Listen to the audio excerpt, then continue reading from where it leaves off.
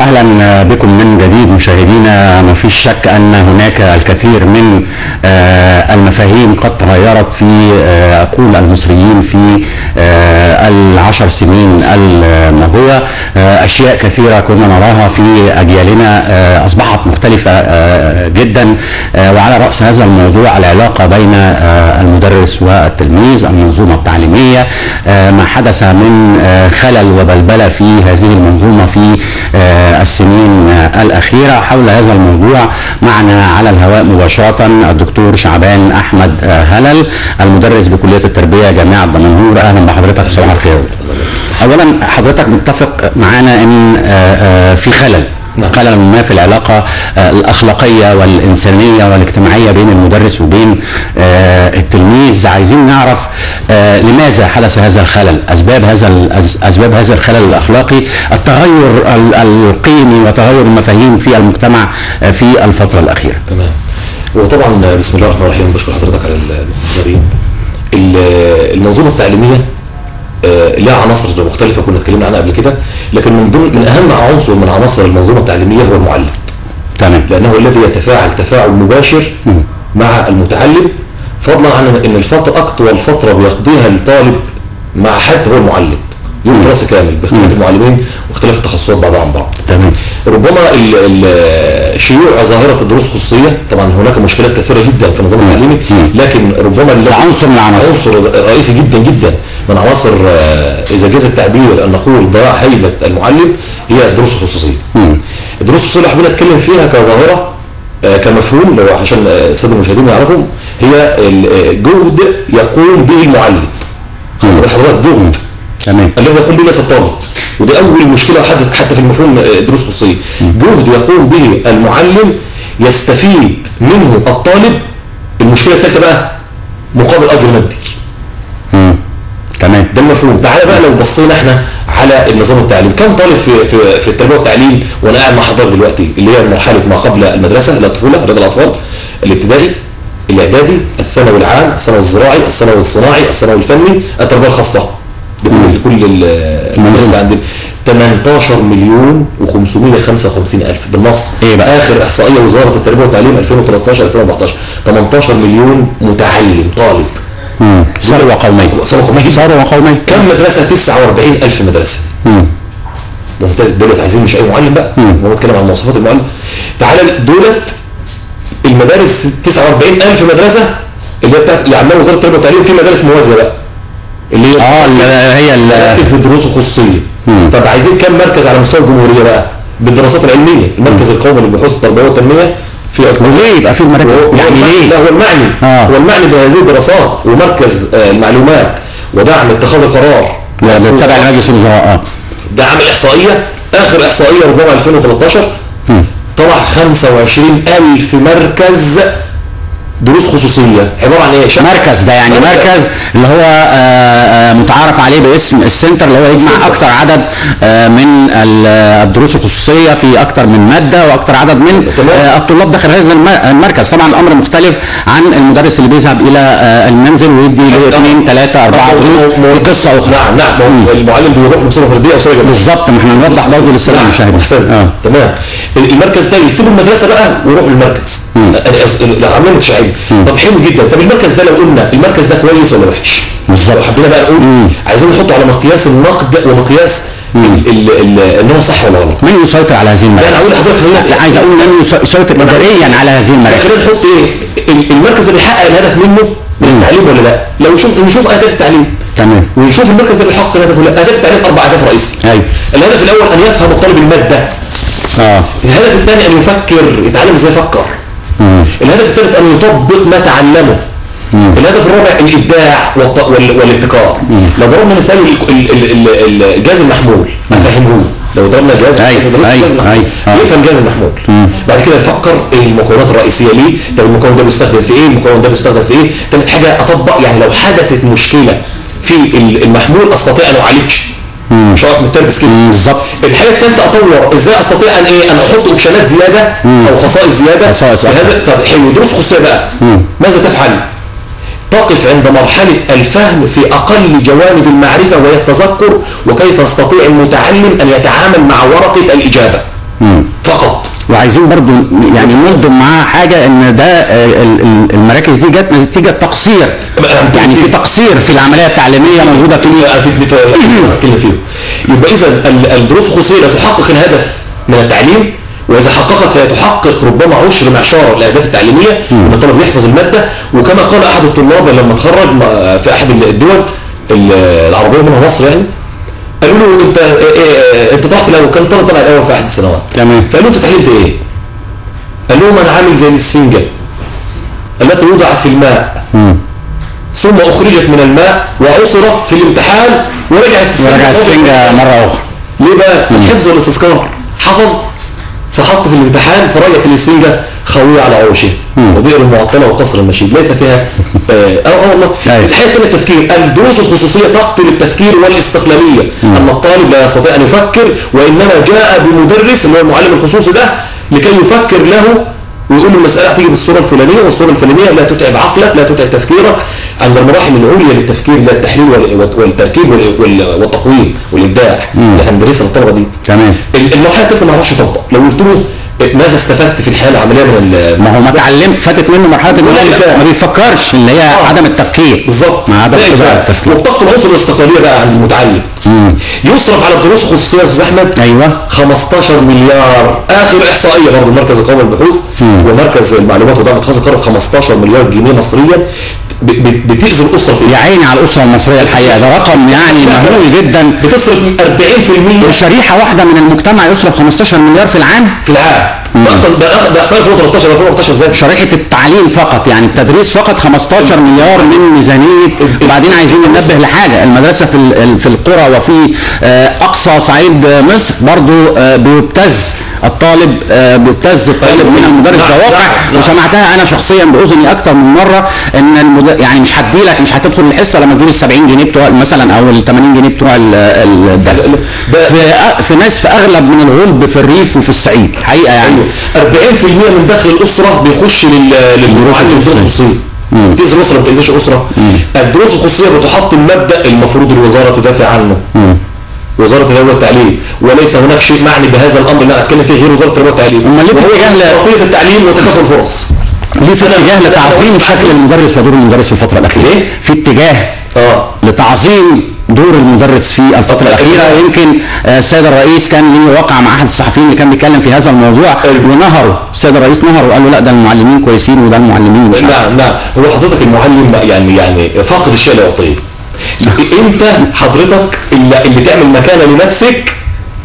المعلم ده هو اللي يعمل مكانه لنفسه قبل ان يدافع عنه وزير او المدير او ايا كان. يعني انت انا عايز اقول ايه، الدروس الخصوصيه بتجهد الاسره المصريه، وزي ما قلت بتدمر ديمقراطيه التعليم وتكافؤ الفرص، بمعنى ان انا من حقي ان انا اتعلم وما اصرفش. مجانيه التعليم، والوزير اعلن في اخر تصريح ليه ان المجانيه وصلت للتعليم الثانوي.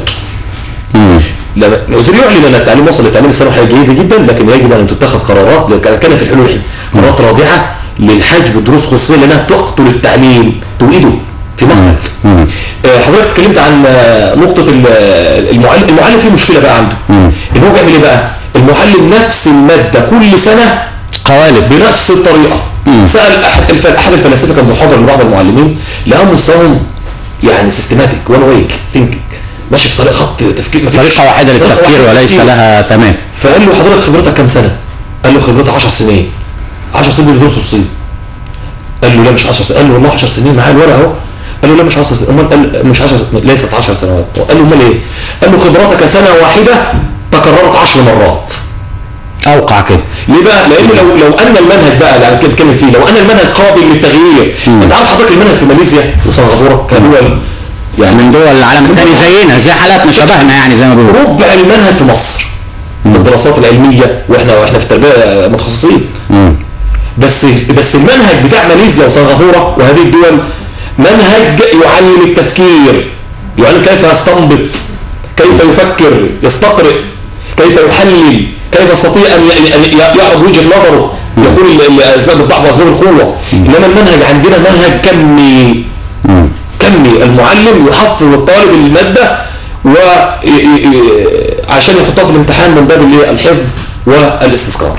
مش هيقدر المدرس بعد ان تذوق طعم الالاف والملايين ان هو يرجع مره اخرى ويكون راجل عادي ومدرس طبيعي يذهب الى المدرسه كل يوم. خلاص ده راجل تذوق الالاف وخد ان هو يعني يركب العربيات الفارهه، وهذه ده واقع برضه، لان هذه الناس بتجيلهم برضه مع الفلوس كده حاجات معينه. فلو تغير هذا النظام، هل تعتقد ان هذا الرجل سيعود الى ما كان عليه مدرسا بعد ان كان يعطي للمدرسين مرتبهم وهو الراجل يعني المعلم الكبير يعني؟ فصعب هذا الموضوع. عشان كده بقى تمام، نقطه خطيره يا استاذ احمد بارك الله فيك. عشان كده الدروس الخصوصيه ليست مشكله من التعليم.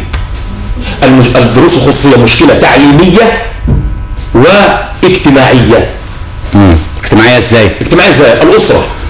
الاسره اكبر عنصر اجتماعي في الدوله. الاسره وايه في اي عالم من المجتمع عباره عن مجموعه من الاسر. الاسره مجموعه من الافراد اللي هو الاب والام، راس النظام الاسري. من ضمن الاسباب التي دعت وادت الى دروس خصوصيه رغبه الوالدين ان انا عايز ايه؟ عايز دروس خصوصيه. فده طرف اساسي اللي هو الاب والام، توعيه الاب والام ان دروس خصوصيه بتوجد وتقتل المتعلم والنمط التفكيري اللي هو عنده. طب ما الحل ايه؟ ما انا بقول لك ما ياخدش دروس. لا الوالدين ده توعيتهم بقى. ايوه ما احنا نوعيهم بالواقع برضه، ما هو في واقع هم عايشين. توعيه الوالدين. الوزاره. طب انا هقول لك، طب ما سهله، طب ما امريكا في 1970 حطت قرارات. ماليزيا حاطه قرارات، سنغافوره، الهند حاطه قرارات. بس القرارات عشان احط انا قرار للاستاذ احمد اقول له ما تشتغلش حاجه غير الاعلام، ما تشتغلش حاجه غير التدريس، يجب ان توفر له البديل قبل ان تمنع عنه دروس خصوصيه. انا امنع عنك حاجه معينه اللي هي دروس خصوصيه التي تدر عليك دخلا، يجب ان توفر له البديل. ما هو البديل؟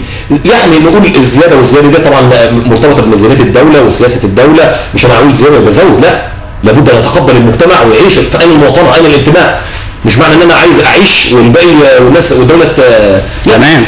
لو تسمح الوزاره بالزياده في فترات معينه فبها ونعمه. الزياده ممكن مرجئه، مفيش مشكله، وتنزل قرارات على المعلم رادعه، قرارات تجريم الدروس الخصوصيه، ودي موجوده في كل دول العالم. تجريم الدروس الخصوصيه، ينظر المعلم ابتداء اول مره، ثاني مره يحول للمحكمه التاديبيه، ثالث مره يتحول لعمل اداري. لانه ليس اهلا. هيبقى خلي بال حضرتك في ناس كتير جدا من الاداريين في التربيه والتعليم عندهم مراكز من دي، يعني مش شرط مدرسين، هو ممكن هو عنده القدره ان هو يجيب المركز ويشغل المدرسين فيه. حصلت فتره من الفترات وعلاقته يعني فيها نوع من حصلت فتره من الفترات ان المدرس ظبط مع المديرين مع بالظبط. الموضوع يعني معروف حتى في الاسكندريه هنا عندنا ظاهر الرقابه بقى ديت.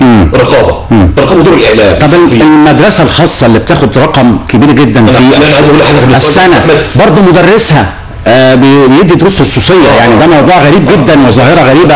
حضرتك ما هو ولسه ظاهره ما بقالهاش 5 سنين او حاجه. انت عايز تلغي دروس خصوصيه، عايز تلغيها باقل قدر من القرارات، بس يكون في جرأة في متخذ القرار، وشجاعه. ما تخليش الامتحان على 100%. ده ما بتكلمش كلام وانا قاعد مع حضرتك، ده دراسات علميه. خلي الامتحان عليه 60% من مجموع درجات. اعتقد ده اللي حاصل دلوقتي. لا ده مش حاصل لسه، مش حاصل. ده عامل 10، ده عامل 4 درجات. الوزير اعلن ان هناك مش عارف 4 درجات. عامل 4 درجات للحضور، ولا مش عارف 10 درجات، وصلوا 10 درجات. لا ما ينفعش كده. 60% التقويم اللي هو كراسه الاجابه، و40% حضوره والانشطه التي يقوم بها الطالب. رقم 1. رقم 2 ان تقييم الطالب يكون في اولى. ده في دول بتقيم، انت عارف ازاي حضرتك؟ بتقيم على الاعدادي والثانوي على 6 سنوات. يعني انت هتخش الكليه على كام سنه؟ 6 سنوات. مجموع درجاتك في الثلاث سنين الاولانيين بتوع الاعدادي، ومجموع درجاتك في الثلاث سنين بتوع الثانوي. احنا مش هنقول 6 سنين عشان الاسره المصريه، هنقول 3 سنين. اولى ثانوي، وثانيه ثانوي، وثالثه ثانوي. 60% كراسه اجابه، 40% انشطه وتفاعل وحضور مع المعلم، مع القوانين التي تجرم هذه الدروس الخصوصيه، مع ان المنهج قابل للتعديل والتطوير والابداع، مش يحفظ المساله جايه بنصها. تمام عشان نخلق كوادر. استطيع ان خلاص بقى. والحته الثانيه اللي اتكلمت فيها مهمه، ان المعلم يجب ان يمتلك المهارات. لو كل معلمين، اقول كل مش معظم، لابد ان يكون كل معلم. ما هو عامل زي قصه مش عايز اطول. احد الحكام حصلت مجاعه في قريه. تمام. فقال لهم المجاعه دي هتتحل بان كل واحد كل اسره كل بيت يحط كوب من اللبن في هذا الاناء الكبير. بس ما اشترط عليهم ان ما فيش حد يشوفه، وانت بتحط ما حدش يشوفك، شوف مدى الاخلاص. ايه اللي حصل يا استاذ احمد الصبح؟ لقى الصبح الاناء مليان ميه، لقى مليان ميه فتعجب ازاي الاناء مليان ميه؟ ايه يا قوم؟ فلما سأل الناس اول واحد قال له انا فكرت ان انا الوحيد اللي هنحط اناء ممتلئ بالماء وبقيه القريه هتحط ايه؟ لبن، فالاناء بتاعي مش هيأثر. فكل واحد فكر بايه؟ بنفس الطريقه، انا الاناء بتاعي مش هيأثر فحطيت ميه، انا الاناء بتاعي مش هيأثر فحطيت ميه، انا الاناء بتاعي مش هيأثر فحطيت ميه. فنفس الكلام المعلم. لو انت حطيت في ذهنك انك انت لن تؤثر، يعني انت لا تصلح الكون، لا انت اللي هتصلح الكون. صح، مهم ان تكون جدا، أن تكون الفكره موجوده. عايزين معلم جامعه عايزين بقى نخرج من هذه القضيه، عشان احنا لو قعدنا اتكلمنا في دروس الخصوصيه بس اولا احنا خرجنا بره الموضوع، وهنقعد ممكن نتكلم حلقات وحلقات متصله يعني. فخلينا ننتقل الى نقطه اخرى يمكن هي اللي ابتدينا بيها هذا اللقاء، وهي العلاقه الاخلاقيه ما بين المدرس وما بين التلميذ او الطالب. ما الذي حدث له؟ فعلا يعني عايزين نعرف ايه اللي حصل في هذا الموضوع. تمام. المعلم اول حاجه يعني يجب ان هو يراعيها ان هو قدوه لمتعلميه. ولو رجعنا بظهرنا لسه دلوقتي دروس خصوصيه بتدار هذه القدوه، لان انا باخد اجر على العلم اللي انا بديهولك.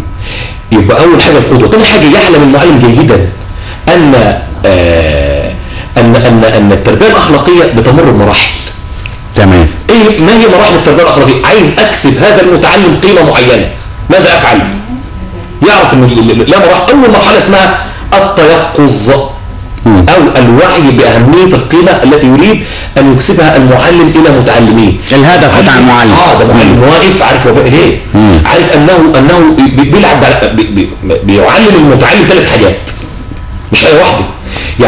يعني على المعلم ايضا تقع نسبه من اللوم في العمليه الاخلاقيه ما بين التلميذ، هو عليه لوم يعني. بعلمه في الجانب المعرفي، مش في دروس الخصوصيه بس، اكيد في كذا فرع يعني. بعلمه معرفه، والمعرفه دي لها مش عايز اقول يعني مراحل طويله جدا. وبعلمه قيم اللي الوجدان، يعرف كده، وبعلمه مهارات. فهو لو علمه معرفه فقط ونسى الوجدان اللي هو المراحل اللي بنتكلم عنها دلوقتي، التيقظ، الوعي بالقيمه. يعني ايه؟ يعني انا عايز على سبيل المثال مثلا اطفال او الاطفال في الابتدائي في الكيجيات والابتدائي وغيره، عايز اعلمه قيمه القراءه. يعني اجيب له واحد عجوز وهو ماسك كتاب. ايه ده؟ يعني القراءه من المهد الى اللحد. يعني عايز اعلمه قيمه الاحسان الى المساكين والعطاء. اخده معايا دار الايتام ويشوفني وانا بنوزع، مش كلام، يشوفني وانا بنوزع. ثاني مرحله اسمها التعقل. يشرح له بقى ايه هي القيمه ديت، مكونات القيمه، من خلال ايه؟ من خلال الحوار المفتوح بين المعلم وبين الطالب، من خلال الافلام، من خلال القصص. يعني قصه بسيطه جدا. كان احد الاباء قاعد بيقرا قران، فابنه شوف الاطفال فيهم ذكاء طبعا. قال له يا بابا انت بتحفظ؟ قال له لا يا ابني انا ما بحفظش. قال له امال بتقرا ليه؟ طالما ما بتحفظش بتقرا ليه؟ شفت المفهوم عند الولد ان هو لابد يحفظ عشان يحطه في الامتحان. قال له لا يا عايز ايوه هو اتعلم كده في النظام التعليمي، يحفظ تحفظ دي النهارده. قال له حتى مع كلمه تحفظ ديت ينبغي ان تمسح من فم المعلمين. تفهم وتحل محلها كلمه تفهم يعني. فقال له يا ابني انت عايز تعرف انا بقرا القران ليه ومش شرط نحفظ ولا ما نحفظش؟ قال له قال له شايف السله اللي هناك ديت؟ قال له السله كانت سله بتحط فيها الفحم فمتسخه. فقال له روح املاها بالماء. قال له هو ما ينفعش ضمعها تخش فيها تنزل. قال له بس حاول. فراح الولد ملاها بالميه ورجع. قال له لما تبقى فهم. قال له روح تاني. عملها مره واثنين وثلاثه لغايه 7 مرات زي الاسفنجه كده. قال له انا بطلت، انا تعبت. فقال له يا بني انظر هذه السله كيف كان حالها قبل ان تضع فيها الماء. قال له كانت متسخه فيها وحشه. قال له ماذا بعد ما وضعت فيها الماء؟ قال له قد نظفت السله. قال له يا ابني هكذا القران تقراه ولا يبقى شيء في العقل لكنه ينظف القلب. الله اكبر، اللهم صل على النبي. طيب يعني انا برضو خلينا نتكلم عن مرحله ثانيه بقى. المرحله الثالثه يا استاذ احمد اللي هي التخلق، السلوك. ان ناخده انا معلم بقى رياضيات فرنساوي، تربيه اخلاقيه، تربيه دينيه، انا معلم ايا كان، اخده المسجد يصلي، عايز على مستقيم الصلاه، هو اللي يتصدق بقى، مش زي ما فرجت ولا على المساكين. دي التعليم الانسانيه الدينيه والانسانيه، مش كده؟ يتصدق، الله يفتح عليك، يتصدق واخر عنه الطعام عشان يعلمه الصبر. بس خلينا بقى نقول حاجه مهمه. ايوه انا هقول فيها معلش، اخر مرحله اسمها مرحله التعزيز او بيسموها التمثل، ان انا اكافئه لما ابني انا يعمل قيمه كويسه، طبعا انا اكافئه ماديا او معنويا، لابد ان يكافئ. وانا هقول لك مثل بسيط جدا، الامام العالم شمس الدين الذهبي، وده كان راجل بسيط جدا، طالب عادي، فهو كان بيكتب وراء استاذه البرزالي الامام، فكتب شيخه مسك البتاع قراه، قال له يا شمس الدين الذهبي، وهو كان رأي يعني، قال له، وكان طالب صغير 11 سنه ولا حاجه، قال له ان خطك يشبه خط المحدثين، انت خطك يشبه خط العلماء الكبار في الحديث. فيقول الامام شمس الدين الذهبي: فوقعت هذه الكلمه في قلبي فحبب إلي علم الحديث، فحفظت أكثر من 200,000 حديث، وأصبحت أعلم أهل الأرض في الحديث. كلمة واحدة تعزيزية من أستاذه، ربط عنده الأخلاق، ربط عنده العلم، وربط عنده القيم، وربط عنده هذه الأشياء كلها. طيب يعني احنا عندنا اكتر دلوقتي من عنصر في موضوع العلاقه الاخلاقيه ما بين التلميذ والمدرس. التلميذ نفسه، المدرس، الموضوع مهم جدا واللي بيغفل عنه كثيرون، الاسره، الاب او الام. يعني يمكن زميلتنا في فريق العمل سحر حسين شهدت موقف امبارح انه يعني الام بتزعق للمدرس والتلميذ واقف في حاله من البهجه والسرور بان هذا الموضوع حصل. على ايامنا لو كانت حصلت حاجه زي كده يمكن كان الاب ضرب ابنه او نهر ابنه قدام المدرس علشان يبقى في نوع من الرضا وعدم تخطي حاجز الاخلاق ما بينه وما بين المدرس. وبرضه الاسره في الفتره الاخيره عليها دور رئيسي في هذا الموضوع، ان هي بتقوي الابن على مدرسه، ده ما كانش موجود. ايضا قيم كثيره بتحاول ان كانت المدرسه بترسيها زمان، وهي قيم الوطنيه من خلال تحيه العلم، النشاط الرياضي في المدرسه. يعني كان في حاجات كثيره بتعملها المدرسه. ويمكن يعني كان احد الفنانين الكبار كان بيقول ان هو كان في مدرسه حكوميه ايام حكم الاجانب لمصر، وكان يذهب هذه المدرسه كما القصر وبها حمام سباحه، وكانوا بيعلموهم ازاي يستخدم الشوكه والسكينه، ازاي يتكلم مع الاخر، ازاي يزرع ورد في حديقه المدرسه. يعني كانت التعليم بتؤدي الى نوع من السمو الاخلاقي. فطبعا كان صعب ان يحصل حاجه زي كده ما بين المدرس او هيبه المدرس تبقى مفقوده بهذا الشكل. سؤال ممتاز استاذ احمد. الاسره، انت اتكلمت عن الاسره، كيف الام ان تفعل ذلك؟ لا يستطيع من حقها ان تفعل ذلك، لانها معلش يعني الاسره لو انت الاسره الدور التربوي لها رقم واحد. احنا عندنا هي المؤثر الاول. طبعا وخاص. لا احنا عندنا احنا بنقسمها فترات كده من 1 ل7 الاسره هي رقم واحد، مؤسسه رقم واحد من 1 ل7. من 1 ل7 سنين عايز تقول يعني اسمها التربيه بالتقليد او التربيه الاسريه. من 1 ل7 ايه سنين؟ ولا 1 سنين؟ من 7 ل 14 ابتدى المتعلم او الطفل الصغير ده، لانه لسه طفل بقى يكون شخصيه، يكون اصدقاء، يبتدى الاسره ما تبقاش رقم واحد بقى، يبقى مؤسسات ثانيه رقم واحد تاخد مكان الاسره. مرحله سنيه من 14 ل 21 الاستقلاليه بقى، ممكن الاعلام يبقى رقم واحد من 14 ل 21. فطب لو مسكنا كلمه تربيه، التربيه من ربى كما ربياني صغيره، يبقى اذا صغيره من دي الاب والام او الام والاب بلغه دقيقه. طيب الام والاب كيف تربي؟ السؤال ده كيف تربي الام والاب الابن على القيم الاخلاقيه؟ التربيه لو حبينا نفصصها نقسمها نبسطها لاصغر مكون فيه على حاجتين. سيبك من المفاهيم اللي موجوده في الكتب دي. علاجها استماع استاذ احمد وحوار. استماع وحوار، تمام، كلام.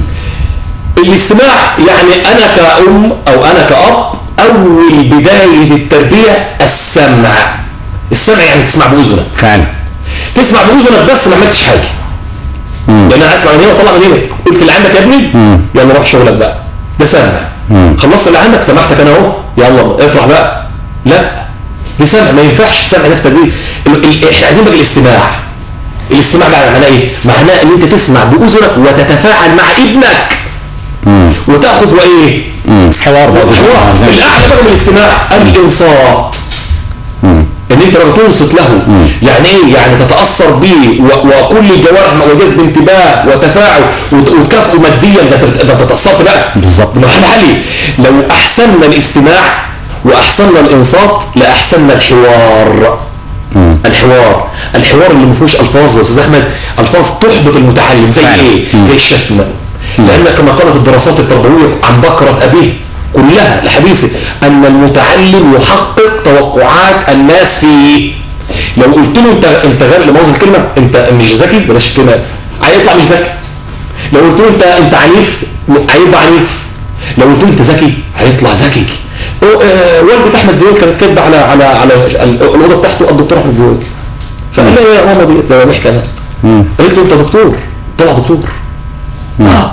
اختراع حضرتك. فعايز اقول الحوار البعد عن الشتم، البعد عن الكلام المحبط. انا بنصح كل اب وكل ام بالله عليكم يا احباب لا تقارن ابنك باي حد من زيه. مشكله المقارنه عندنا. لا تفضحه. منهج المقارنه ده عندنا مشكله. تفضحه. تمام. الاسره برضه عليها حاجه ثانيه، ان التهديد. نبعد عن التهديد والعنف. لان انت لو عنيف مع ابنك، انا بقول الاب والام لو انت عنيف مع ابنك هتبقى عنيف مع المعلم. هو الولد هيبقى عنيف. طبعا هو نفسه هيبقى عنيف من غير ما يتكلم. صح كده. لانه فتره التقليد بيتشرب ما يفعله ابوه. كان في احد اولياء الامور اشترى عربيه جديده. تمام. ففرحان بالعربيه كويس. فجي هو بيغسلها الولد ابنه طلع كان عنده 7 سنين.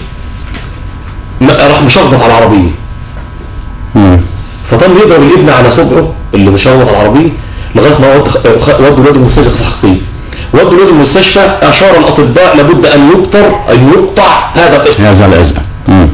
فبعد الواد ما استيقظ وصحى من البنج بقى وكلام من شاف قاعد قال له يا بابا، نظر الى اصبعه وقال يا بابا متى سينبت هذا الاصبع؟ مفكر الصبع ايه؟ انه يعني بيطلع تاني مره اخرى. هيطلع امتى بقى ويصحى امتى؟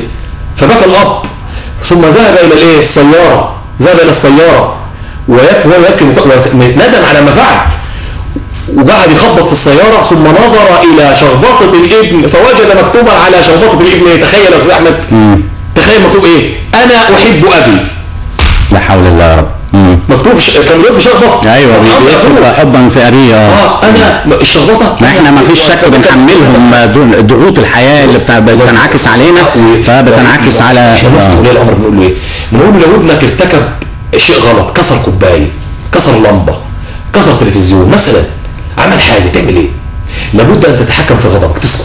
لو انت بقى يا راجل عالم بالموقف وعارف رد فعل الصحيح، بص قولا واحدا رد فعل العنيف مرفوض. مرفوض تماما. طب انا راجل مرفوز او سريع الغضب، اعمل ايه؟ اروح المطبخ الام اتحرك من المكان بحيث ان انا اغير تفكر ما هو التصرف الصحيح، ما هو التصرف الصحيح. طب انا مش عارف اتصل بايه؟ بالاستاذ احمد، اتصل بالاستاذ عزه، اتصل بالاستاذ صح، اتصل بحد من ايه؟ من اللي هو ممكن يفتيني فين؟ في انا ابني كسر الفازه وهي غاليه، اعمل ايه؟ يقول لي اعمل كذا كذا كذا. التصرف الصحيح انت تقول له اللي انت عملته ده غلط بصوت ايه؟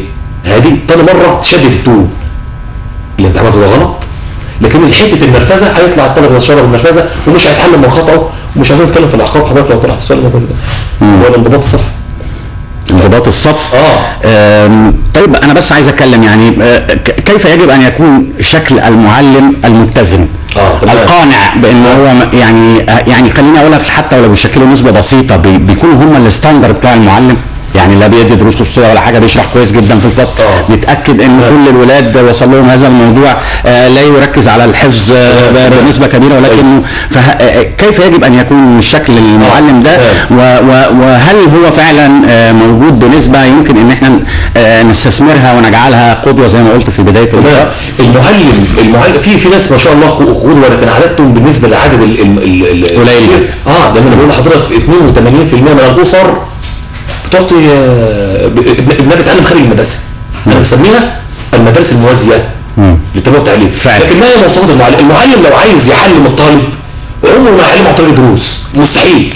لانه بيربي فيه زي ما قلت جوانب كثيره جدا متعدده. من ضمن الحاجات المهارات التي ينبغي ان يتمتع بها المعلم حضرتك ان يعلم المعلم جيدا انه قدامه 4 انماط من الشخصيه. تخيل في طالب عنده قدره عاليه وعنده رغبه عاليه في التعلم، عنده قدراته عاليه مرتفعه وامكانياته ايه ورغبته في التعلم عاليه. ده يحتاج ايه من المعلم؟ ده يحتاج ان المعلم ينمي عنده المهارات العليا، الابداع والابتكار. عنده امكانيات الطالب ده يقبل، لان ايه يعني تقول لي زي يا استاذ احمد يطرح عليه الاسئله الابداعيه زي ايه؟ ماذا يحدث اذا ما درستش النظريه دي؟ ماذا يحدث اذا ما كانش فيه النور؟ ماذا يحدث اذا ما كانش فيه التلفزيون؟ ماذا يحدث اذا ما كانش فيه طيارات؟ هيبدا ولا مش هيبدا؟ هيبدا. اسئله ابداعيه تحتمل اكثر من اجابه. في عندنا طلاب تانيين القدرات بتاعتهم مرتفعه والرغبات بتاعتهم ايه؟ منخفضه، رغبته في التعلم. يبقى دور المعلم هنا ايه في هذه المجموعه؟ تحفيز المتعلم للتعلم. امكانياته كويسه لكن رغبته في التعلم ايه؟ ضعيفه. ليه؟ ليه؟ لان رغبته في التعلم ضعيفه. جت منين؟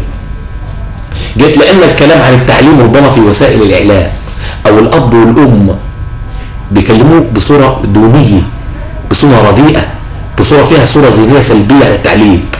فانا اذا انا امكانياتي عاليه جدا لكن بيقول لي التعليم حاجه مش كويسه، التعليم حاجه ما اعرفش ايه، التعليم اللي يتعلم زي اللي ما يتعلمش، ماذا هو احنا خد من التعليم؟ هذه الصوره الذهنيه السلبيه بتعمل عمليه احباط للمتعلم، احباط.